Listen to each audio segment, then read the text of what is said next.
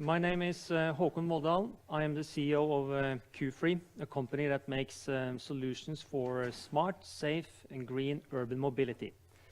And some of the previous speakers stole my thunder, but just to recap, why is mobility important for continued urban growth? Well, at the moment we are stuck in traffic. Urban congestion has increased by 23% since 2008. We are polluted by traffic. Traffic is a major cause of air pollution, CO2, NOx, particulates. 7 million people die prematurely every year because of air pollution. And we are injured or killed by traffic. Traffic is in fact the single biggest cause of death for people between 18 and 29 years. 1.2 million people die annually in traffic. More people are killed by cars and vehicles than by warfare. So, during my 10-minute presentation, 500,000 hours will be wasted in the US in traffic. 133 people will have died prematurely because of air pollution, most of it coming from traffic, and 23 people will have lost their lives in accidents in 10 minutes. So what are we going to do? Well, I think the future is not gloomy. A lot of capital, a lot of talent is being invested into the future of mobility. And you heard some thoughts from Martin and other speakers. There are 4 key trends in the mobility sector. It's autonomy, or self-driving vehicles. It's connectivity, to connect all the cars. It's electrification, to replace the internal combustion engines. And it's ride-sharing, to use the vehicle fleet in a better way. All of this is great news. And I think it will create a future where, apart from the steering wheel, which you can remove, will allow us to spend our time in traffic differently. And the social benefits will be enormous. We're talking about a potential scenario, according to the Boston Consulting Group and other consultants, where we reduce vehicles, the number of vehicles on our roads, by 60%. We can reduce accidents by almost 90% and air pollution by 85%. Those are massive figures. And it's not a question of if, it's probably a question of when. The problem is it will take time. If all vehicles sold globally from 2025 are electric vehicles, it will take us roughly 15 years to replace the 1.5 billion vehicles on the roads today with all electric vehicles. If we have self-driving vehicles at level 5, meaning fully autonomous, do not require human interaction, in 2028, let's say all vehicles sold from 2028 and onwards are fully automated. Maybe by 2040, 2045, we have fully automated cars all over. But the transition time will take it will take years. So as Q-Free, we think we need long-term and short-term solutions. I don't think it's not acceptable to wait 15, 20 years for the good numbers that I showed you to happen. We need to do something in the meantime. And that's what we at Q-Free try to do. Just to give you some snapshots of what Q-Free is, it's a technology company founded in Trondheim in 1984. We are still headquartered in Trondheim. We have offices in 16 countries. We're roughly 400 employees, annual sales of 100 million euros. We have sold our solutions to roughly 50 markets around the world. Some of those solutions, those are tags or onboard units for electronic toll collection or congestion charging. We've sold 35 million of those pieces. We have implemented tolling and congestion charging systems around Europe, Asia, America. We have sold 200,000 parking sensors, traffic counters. We control 30,000 traffic intersections by basically deciding when traffic lights should go from green to red and vice versa. And we monitor what's happening on our highways. We monitor 500,000 lane miles of highway infrastructure. Our portfolio is quite broad. We have 5 business areas. We provide solutions for toll collection, congestion charging, truck tolling. We do parking. We help people to find available parking spaces. We work on access control and to make it easier to basically park.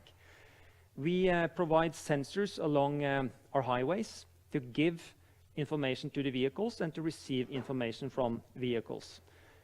We control intersections, as I said, and we monitor traffic highways. What's happening? Are there accidents? So we work on preventing accidents, on giving information to central traffic operators on what's happening. They can close roads, open roads, adjust speed limits based on weather conditions and traffic conditions, guide people to use other roads than the most congested roads. So all of these are different technologies. And I'm not going to talk and bore you with all the details on that, but I'm going to talk about how we think about the coming years, because we have a broad portfolio of products and solutions. That's interesting in itself, but it's more interesting when you take all these products and services and you package them into programs to address the three major concerns of all city planners today when it comes to mobility. Because there's no way cities can continue to grow unless it's easy for people to move around. If roads are congested, unsafe, and it's environmentally hazardous to live in a city, it's difficult to get people to live in cities. Today, 80% of people living in urban areas are exposed to pollution levels above what the World Health Organization recommends. That's not sustainable. Cities cannot continue to grow if that's the reality. So we have created 3 programs around how we can basically reduce congestion, how we can improve safety, and how we can make cities greener. And the point I would like to make is that there is no single technology or a single solution that will fix all of this. They need to interact. So we're not trying to be a one-trick pony and say, here's one solution that will fix all these issues, because it's complicated. You need a bundle of technologies, services, and products to fix this. And it's not going to make us, fully sustainable in 5 years, but we can take massive steps towards a better future. One example is safety. There is no single product you can implement today or technology that will take all the accidents away. But there are solutions available today on the market that we promote that can significantly reduce the number of accidents. Traffic monitoring, guiding drivers on where to go, closing tunnels when there's a fire, preventive planning of events. That's important. To look at weather information, adjust speed limits on our roads when you have temperatures approaching 0 or when you have heavy rains. To basically enforce behavior, to make sure that people don't run a red light, to make sure that we actually stick to speed limits. That's also possible, and we don't do it enough. Cooperative ITS solutions to basically receive information in your car from the traffic control center, so you can tell drivers that you're approaching a dangerous curve or there's an accident ahead of you. That's possible today. We have done it. Has it been implemented? No. What will the impact be? Well, if you add all these different technologies and products together, you can have huge impacts on traffic safety. In terms of mobility, we have implemented programs that have reduced traffic by more than 20% in certain cities. Stockholm is one example. Traffic is down 20% by introducing a congestion charging system. Copenhagen is another example with bicycle priority. The capital of bicycle riding. You need to make sure that the bicycles are actually prioritized.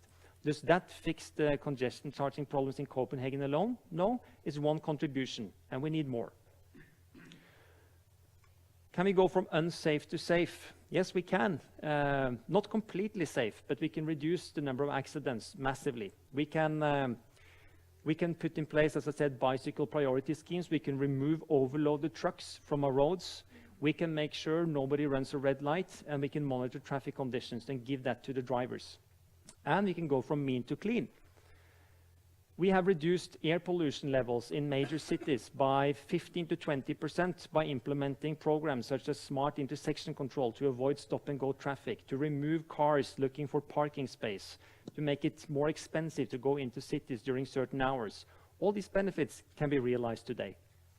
So as Q-Free, a mid-sized Norwegian company, we cannot achieve this on our own. We have to work with partners. So at the end, I would like to bring your attention to one initiative between Q-Free, Transportøkonomisk Institute, NAF, and ARA, a strategic advisor, for an initiative called Floke. They will be represented today. You talk to this handsome-looking guy over here, Simon, or you can click this link if you want to learn more about how industry, smart cities, municipalities, and research organizations come together in order to fix the mobility tangle. If you want to know more about Q-Free, go to qfree.com and you can download our smart city app. Excellent.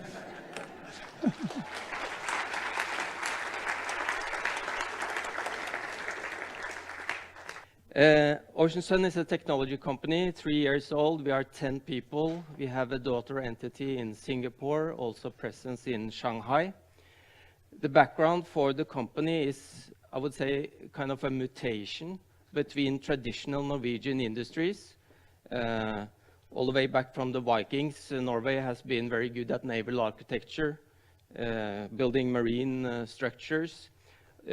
Also, strangely enough, we are very good at photovoltaics, the background from the metallurgical industry and the production of silicon metal, and not to mention the hydropower. As you might know, Statkraft, for instance, is the largest renewable energy corporation in Europe.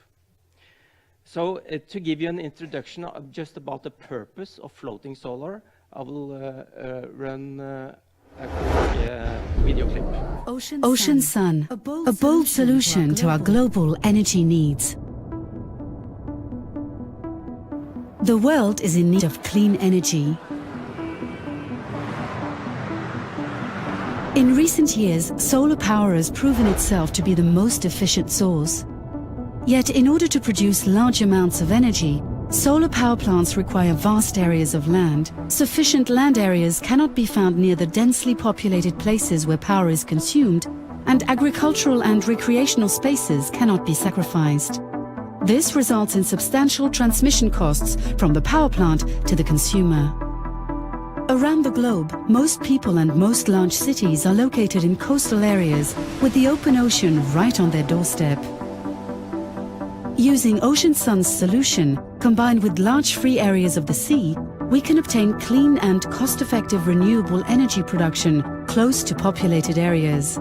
The power plants can be conveniently positioned out of sight and with transmission cables placed on the seabed. The direct cooling effect of the ocean greatly increases energy production, making Ocean Sun plants more cost-effective than land-based installations. They have also been designed to withstand harsh offshore weather conditions. Ocean Sun now successfully operates several prototypes on the west coast of Norway. This area offers a wide range of sea conditions, ideal for further development. The hydroelastic membrane has a proven capacity to reduce wave impact and offers a protective environment for the solar modules. Ocean Sun's patented solution is based on marinized modules of commodity crystalline silicon solar cells. The modules rest on a thin membrane, offering low-cost deployment and easy access. The system is built with durable materials founded on world-class maritime and aluminium know-how. The next step will be city-scale installations. In the quest for widespread renewable energy, we dare to say that we have the solution. So this is an interesting map projection. You can see some of the countries are out of the normal fashion. 1 pixel in this picture represents 500,000 people. So you can see that Norway is very small. But what you see is China, of course, India, but in general, in Southeast Asia, that is where the consumers are. This is the population that needs renewable, affordable renewable energy. And in these areas, there are actually very few options. This is also the area with the new mega cities coming up. You can look at nations like, for instance, the Philippines. Essentially an archipelago consisted of 7,000 islands, more than 100 million people. they have not many options for renewable energy. Floating solar power is something that can be offered to this population. Many of these islands essentially run on diesel generators today. So what happens when there is a scarcity of land? And photovoltaics or solar power is very similar to photosynthesis. When it's too crowded on the land area, then the plants go out to the water bodies. In this example, with these giant water lilies, there is the Victoria amazonica. And by looking at these excellent designs, we do the same just with the photovoltaics. Rather than photosynthesis, this is the photovoltaic, so we produce electricity or power. And you can see the design is quite similar. It's just a little bit larger. And we essentially put a thin membrane onto the water surface, and we have the buoyancy at the perimeter, and we then can build very cost-efficient floating solar systems with this technology. We also have a test site. This is a fish farm in the Strait of Johor. This is the water body in between Singapore and Malaysia. And we are testing this solution in this area. This is a very good insulation. It's close to equator. This is also now, so Singapore, that you can see here, they have now, the government there have decided to build these floating solar systems outside the island. It's a very densely populated city or a nation. It has a population about the same as Norway, concentrated on this small island. They are essentially left with nuclear power or to go with the floating solar. The cost of land in Singapore is extremely expensive. The rooftops should be used for, like we learned earlier today, beehives or gardens or recreational areas, while the power production can be done at the ocean. What is also very nice about this technology of putting this onto the water body is the cooling effect of the water. On the left side, you can see these solar panels that are lifted up, and so normally they are air-cooled. But if you let them rest onto this cold, very thin membrane, you can have the operating temperature in the module is a lot lower, and thereby you can yield more energy out of your investment. There is, of course, challenges with floating solar. Like with any solar plant installation in a desert, there might be dust or sand. We have some particular challenges with the systems in Norway with these guys. The birds, they love to hang around on these floating solar systems, and also I think this is one of the first examples where a fish is shading a solar cell. It has been jumping into the system. But of course, this is things that can be maintained and operated and cleaned. In general, there is less airborne pollutants out at sea or water bodies.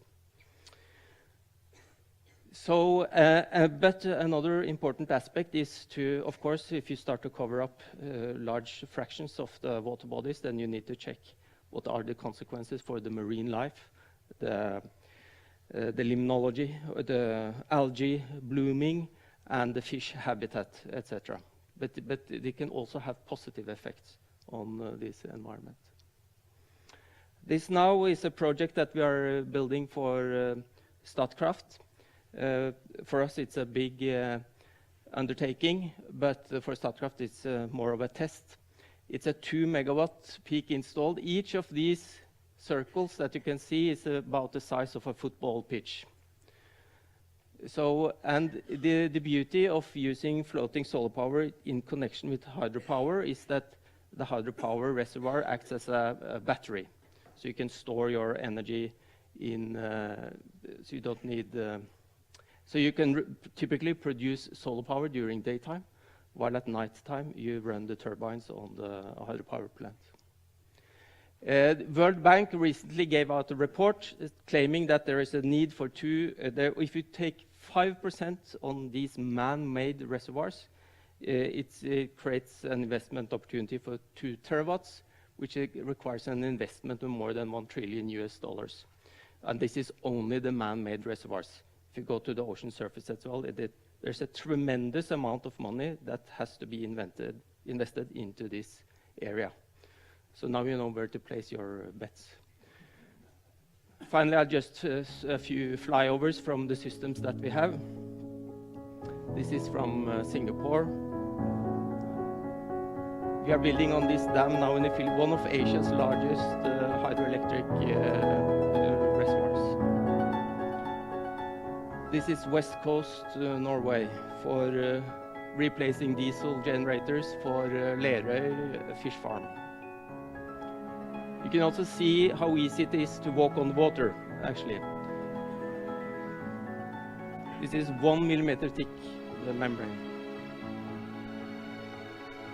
It's much like the water beds back in the 80s, 90s. Very comfortable working surface.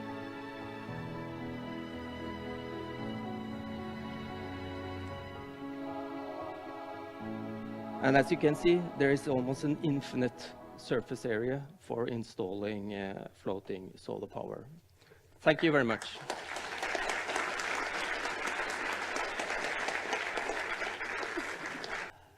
Yes, Senate is centrifugal nanotechnology. We make particles so small you can't ever see them. I wish I had some so easily visual product as Børge has, but mine is actually not visible. But we will be the company making the most products ever, billions per minute. As nobody in Norway really knows a lot about battery industry, I'll start with a few words there before I go into what we are actually doing. Most of you probably have seen that battery costs are rapidly falling. And I put the blue star up there for 2016. So this is just going very fast. And it's the chemistry and scale of manufacturing that drives this. And if you go a few years back, more or less all countries predicted this similar fall, except Germany. They believed the battery cost would fall slowly. And I think that represents sort of industrial confirmation bias. I know Per Espen is strong on the psychology field, but here you actually see that happening in practice in an industry which claims to be rational. And I think it goes to all of us that we tend to, if we are really good at something and we identify with that solution, we underestimate our opponents. We take in information that confirms our perspective and disregard too long new information. So as a consequence of this, Germany is not participating today in the battery industry. Europe is out. This is all Asia. Japan, Korea, and China. Tesla is the only American company. They have a license from Panasonic. This means that all the rest of us need to basically communicate with Asia when we do deep technology development on either supplier side or user side. Of course, when prices come down and there is a lot of market growth, there's a synergy here. Norway and other countries are going in front, creating markets. That creates volume, which lowers cost. When the cost gets lower, new markets open. So there's a very good dynamics here. Of course, when we look at this sector, we have to make sure that our cost fits below that curve. And we have to make sure that the market is interesting. And of course, this is a very fast growth ahead of us. And what's happening is even a lot faster. So this industry will grow at a fantastic speed and for maybe 15 years ahead of us. 2017, I think, was a big change. Basically, of the big car manufacturers realized that the future here is electric. And they changed and communicated and gave their releases one by one.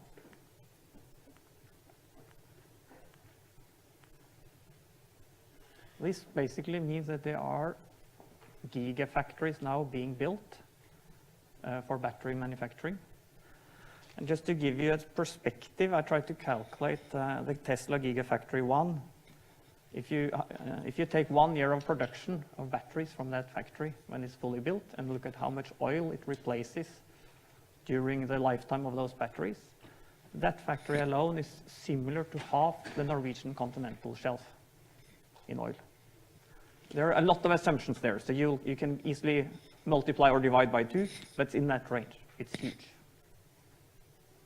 And for us as a material provider, they could need as much as 50,000 tons of dust, silicon dust.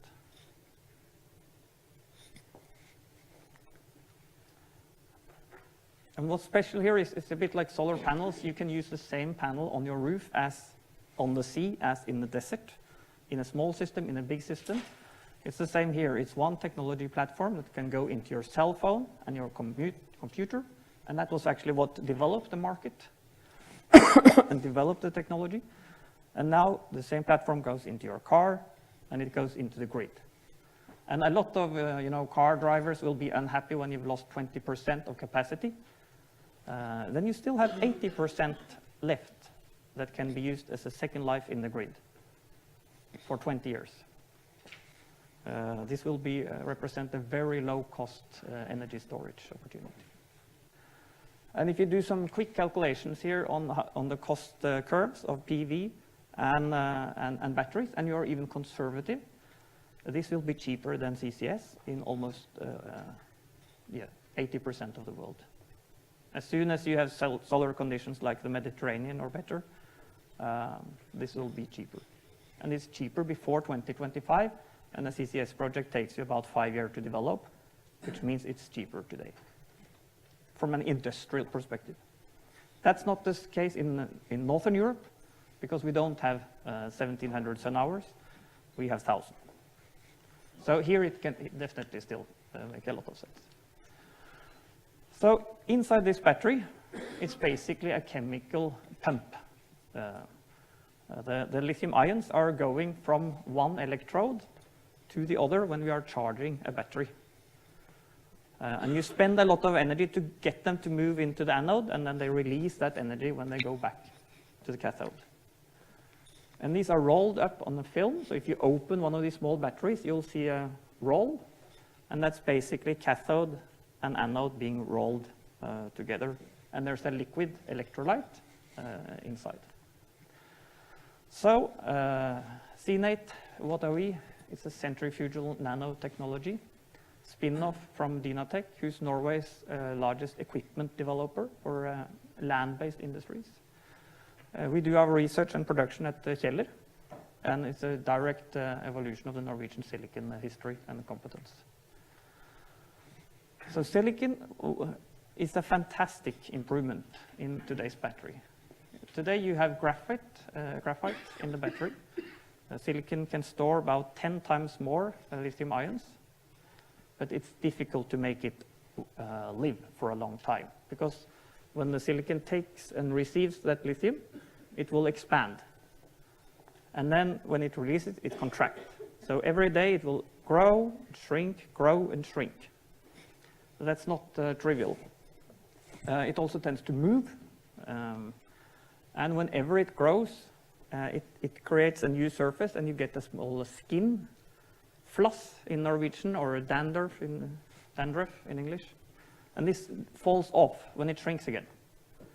So for every cycle, you create this dandruff. If you see here, you see a particle that is basically being filled for the first time. And you see it starts cracking at the end.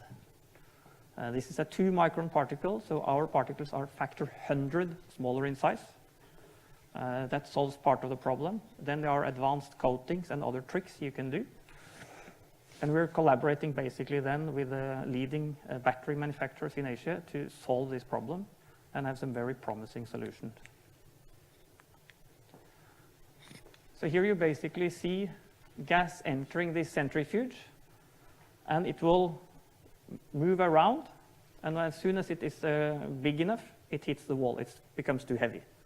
We are basically weighing every particle.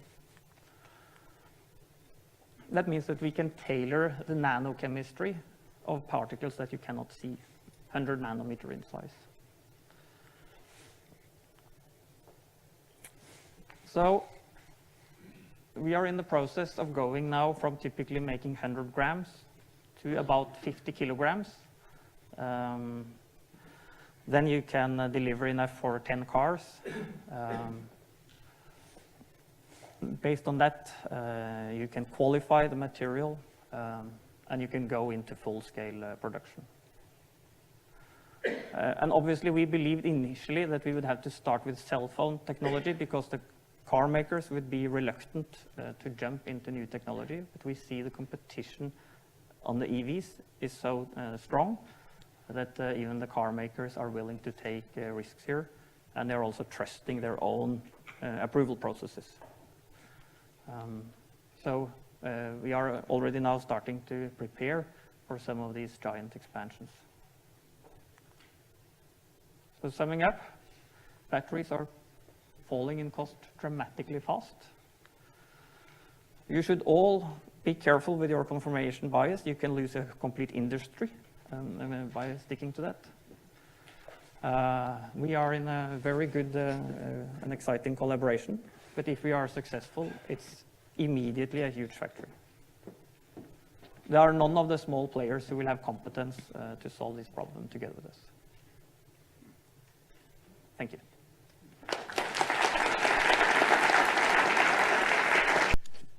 Thank you so much. My name is Sigrun Syverud, and I'm co-founder and CEO of the clothing sharing platform Fjong, which we will tell about now. Yes. With me I have Hanne Høyesen, Chief Sustainability Officer in Fjong. Can everyone hear me? Yeah. So, research shows that overconsumption of clothing is our largest environmental challenge.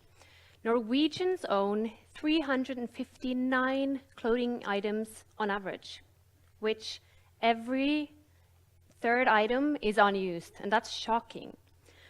So the throwaway culture is feeding the ongoing climate crisis, and it's time for us to use our power to affect change. And the clothing industry isn't only a very wasteful industry, but it's an extremely resource-demanding one. So in order to produce one cotton t-shirt, it takes 2,700 liters of water, which is about the same amount of water a person drinks in 2.5 years. And the Aral Sea used to be the 4th largest lake in the world, in the Kazakhstan, Soviet Union area, or old Soviet Union, and now it's only a desert, and that is because of large-scale cotton production starting in the late 80s. So if we use the resources we already have, like using clothes which are already produced, eventually clothing production will go down. So as Ellen MacArthur Foundation says, if you double the number of times a garment is used, the overall environmental footprint could be reduced by 44%, which is really good news. I mean, that's something everyone can do. So small changes lead to big shifts. And that is what Fjong aims to make it easy to do. We build a web-based sharing platform where the goal is to make it easier to share and rent out your clothes and rent clothes instead of buying clothes, so that we can share the clothing that are produced more and be more effective when we consume clothes. So how it works is that you sign up, you create an account online at fjong.com, you browse through thousands of garments and accessories, and you book the preferred outfits, and you can choose to have it delivered at your home address, or you can pick it up in our showroom here in Oslo. And also we deliver nationally. And Fyong always takes care of the cleaning. So most of the items we clean ourselves in-house in our environmentally friendly laundry. So we're using this new laundry technology, which is a filtering system that is deionizing the water so it becomes crystal clear. And this crystal clear water is actually removing stains and smell without the use of soap. And we also wash at very low temperature. So this is helping us to prolong the garment's lifetime and also keeping them in the loop for longer and as much as possible. We are already Europe's largest share closet with more than 4,000 items that are available for renting. 70% of this comes from third-party lenders that are private people, designers and brands who use our platform to rent out their items and make them available for more people. And we see that it's a real income for our top lenders. And the graph shows that our top lenders have earned 7,000 euros, 6,000 euros and 4,500 euros. So it's good money to make while also being sustainable friendly and making your clothes available. And we've had an organic growth, focusing on a strong branding identity without any paid marketing. So we have a fantastic social media community with enthusiastic ambassadors who are using our service. They're renting out their own garments and sharing this through their social media platforms. Amongst others, Gunhild Stordalen, Pia Shelta, who else? Jenny Skavlan. And here's Linda Helleland visiting the White House, renting from Fyong. Yep. So very nice. Our team consists of 20 people full-time.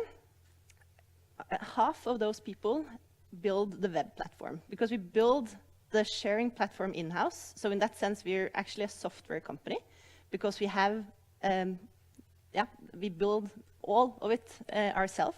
And now we use it to share clothes here in Norway, but it can easily be used to share clothes in another country or share other things because we are focusing on the sharing, on the platform that makes it easy to lend or rent out your things and also to access it via this platform. We have people from 13 different countries. We have a very good gender balance, but unfortunately, all the guys are the web developers and the girls are the non-developers, which is a little typical. But we work also with customer service, aftercare of clothes, quality assurance, make sure the items last as long as possible, and administration. Yeah, so the future of sharing and reuse of clothes it's bright. So it's actually expected to grow bigger than fast fashion in 10 years, which is great.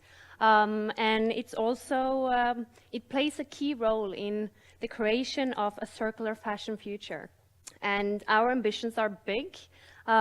We are creating this platform that could be used globally, and we are in a unique position to revolutionize the circular fashion as we are actually one of 2 companies globally that is building this type of urban sharing.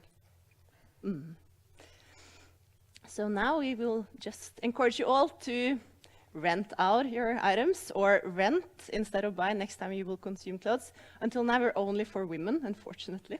Now we, but yeah, for all the women here, we are also launching a subscription this fall, which makes it easier to base your everyday consumption on rented items that are sourced by, maybe your neighbor or private people in Norway.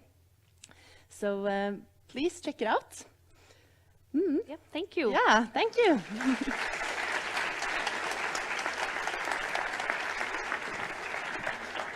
My name is Philip Nag.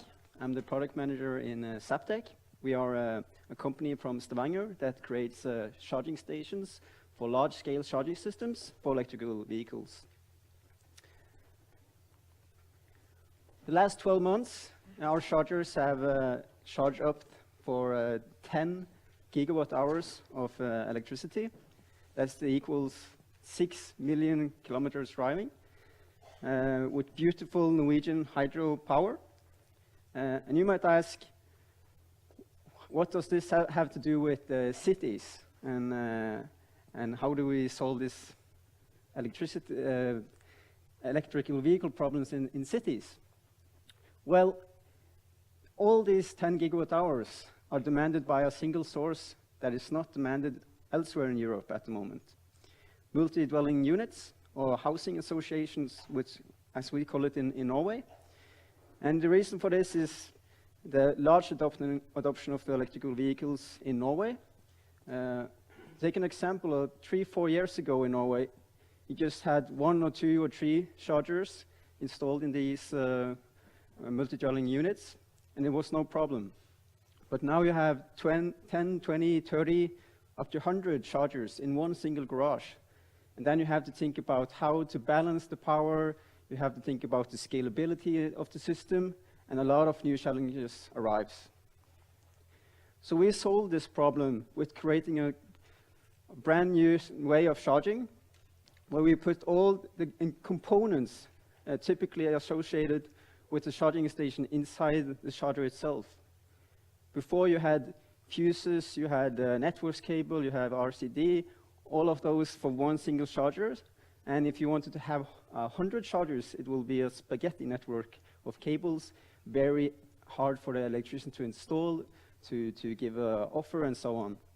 So, and we connected all this to the cloud to be able to balance the power with load balancing, but also our own patented technology called phase balancing, which enable us to actually provide EV charging with existing available power. And this is how it looks like in a normal garage. It's very easy for the people living there to understand how this works as well, because as you see in the picture, the cable that you can see in the rooftop there is actually where you just click on a new charger. So each residence has a package that they then pay for. They can do it today or in 2 years' time or 3 years' time, whenever they want. So we also did a little bit of disruption with the value chain, because we saw that a lot of the chargers today was sold by the wholesaler, which actually made the chargers much more expensive. So even though our charger is very advanced because of all this technology inside, we just skipped that step and we went directly to the installer itself. So now we are quite interested in to see how we can make this work in the rest of Europe. And as you see, the growth of electrical vehicles or electrical vehicle adoption is actually taking on far faster than we expected. And Sweden, our neighboring country, is actually way ahead of the rest of the world. So we now made an office in Sweden and recruited a CEO there, because we believe that Sweden is kind of the next country that will have the major adoption of electrical vehicles. But also, it's going to be, the next few years, it's going to pop up everywhere. And we believe that our solution can solve this multi-dwelling unit problem that we encounter again and again that nobody really have think about.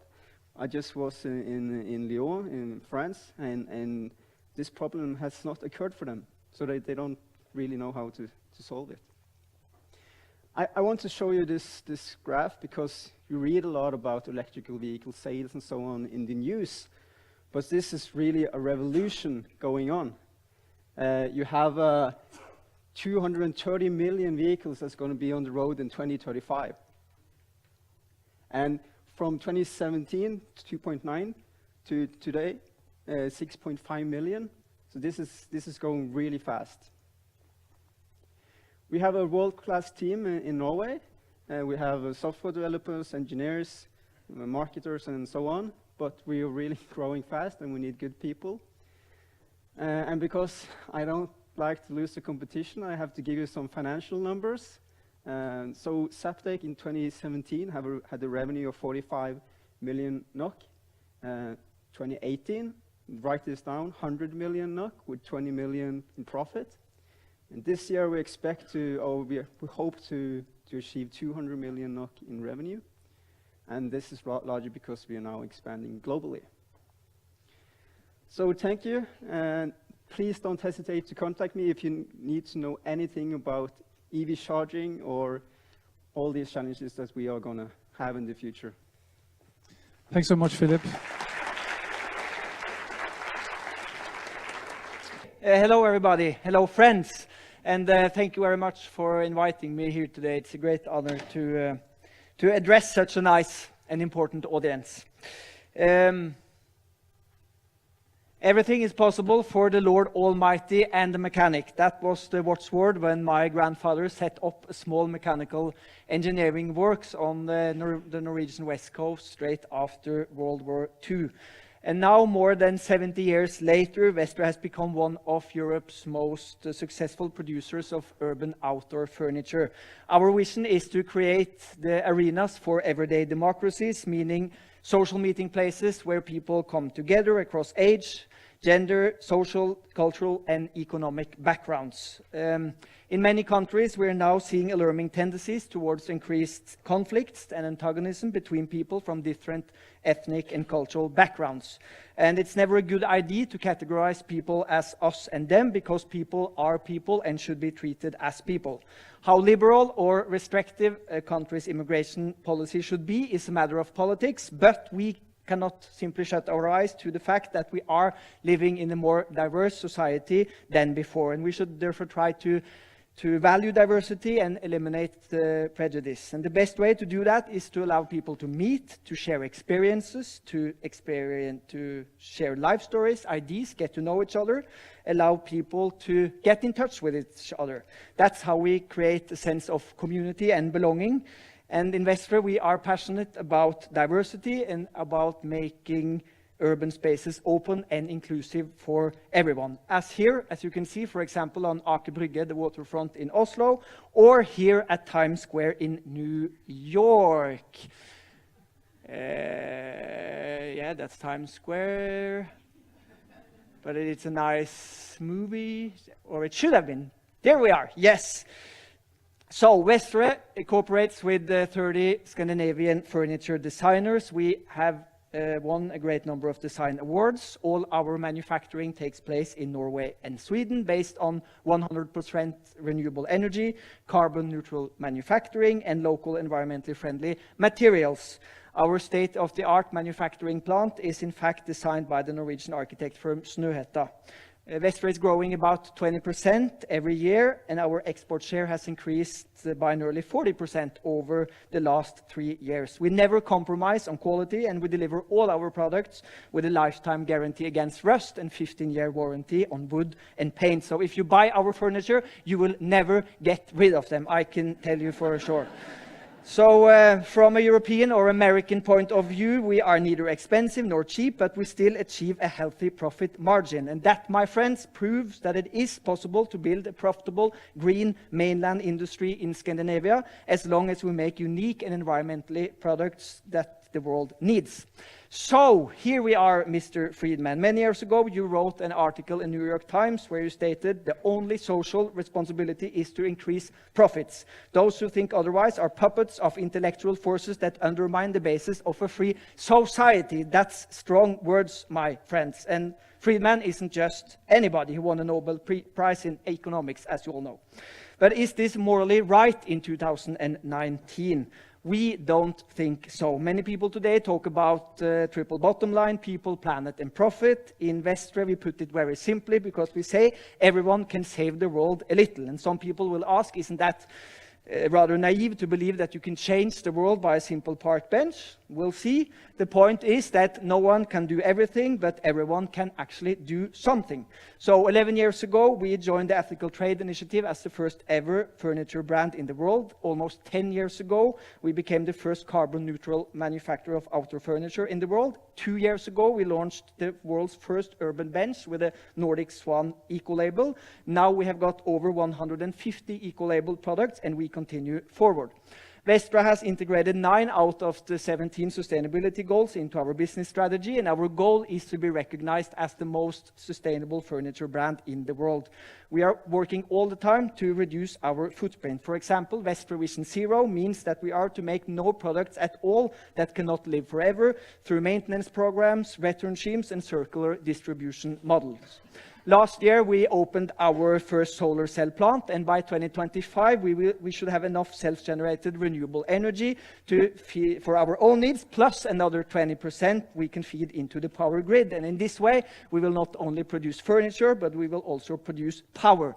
We were one of the first companies in Scandinavia to order the first fully electric truck, the Tesla Semi. And who said sustainability couldn't be fun? In cooperation with the Church City Mission, we give jobs to people with gaps in their CVs. Every year, we set aside 10% of our profits for external sustainability projects. This helps providing schooling for 3,500 children and a field hospital operating theater with a particular focus on women's health. We will soon be providing microfinance to small-scale startups in the Southern Hemisphere. And if all Norwegian companies had done like Vestra, read our Bible and given a tithe, we would have more than matched the entire Norwegian foreign budget twice over. Imagine what that could mean for financing the Sustainable Development Goals. Thank you. So we develop new products for the urban jungle, like this Parklet 2.0 installed here in Oslo, as well in Berlin and Vancouver. Because, as you all know, a few years from now, emission-free cars... A few years ago, emission-free cars were a distant dream, but in a few years' time, we will have self-driving cars that will eliminate the need for massive road-building projects and car parks on every street corner. This means we can free up more space for people and greenery and build an entirely different and more efficient infrastructure. And since we are online practically around the clock, we will also see a growing need for places to actually disconnect, to reconnect with nature, enjoy fresh air, plants, peace, and quiet places from which we can draw inspiration. In a high-tech world where everything happens very quickly, people will also need breathing spaces free from noise and technology. In Vestre, we constantly refuse to accept hostile design and architecture. If a community has homeless people sleeping in the parks at night, this is something that must be dealt with by politics and by social services. It's actually not our task to design outdoor areas with spikes and other obstacles, the only purpose of which is to keep the weakest members of society away from our street. And several clients has asked us to make park benches with spikes to ward off the homeless, and we always say no. Because in Vestre we believe in social and democratic design, and it is simply not democratic to have spikes in your cities, and that's why we never do it, no matter what. So, are these particularly Nordic values? I am not sure, but in the Norwegian language we have this word called allemannsretten, which means public access rights. And they are pretty strong here in Norway and the other Scandinavian countries as well. And this allemannsretten involves everyone having the right to traverse and simply spend time in outlying land in Norway, regardless of who owns the land. And the right of public access is a common good and a part of our cultural heritage. And I believe that the right of public access also has marked the development of urban areas in Norway, and that allemannsretten is perhaps one of the reasons that you hardly ever find closed-off parks or hostile architecture in Norway, whereas this is quite common in many European cities today. For example, when we donated outdoor furniture to the community of Brixton in London, the police over there were afraid that it could lead to so-called anti-social behavior. And friends, if a community experiences that its young people fall by the wayside, drop out of school, can't get a job, it certainly can't help if they sit cooped up alone at home every day, becoming more and more frustrated. It must be better to create a sense of belonging to the local community than to magnify their sense of exclusion. So 1 year after we installed the outdoor furniture in Brixton, the police acknowledged that they hadn't recorded any negative behavior. On the contrary, it was positive that young people could meet, not only with each other, but also with the elderly, and that the elderly could spend more time outdoors because there was somewhere to rest on their way to and from shops. That's what creates a sense of belonging. And I mean that the world needs more of allemannsretten, and with examples like this, we can actually change the world a bit every day. Thank you for your attention.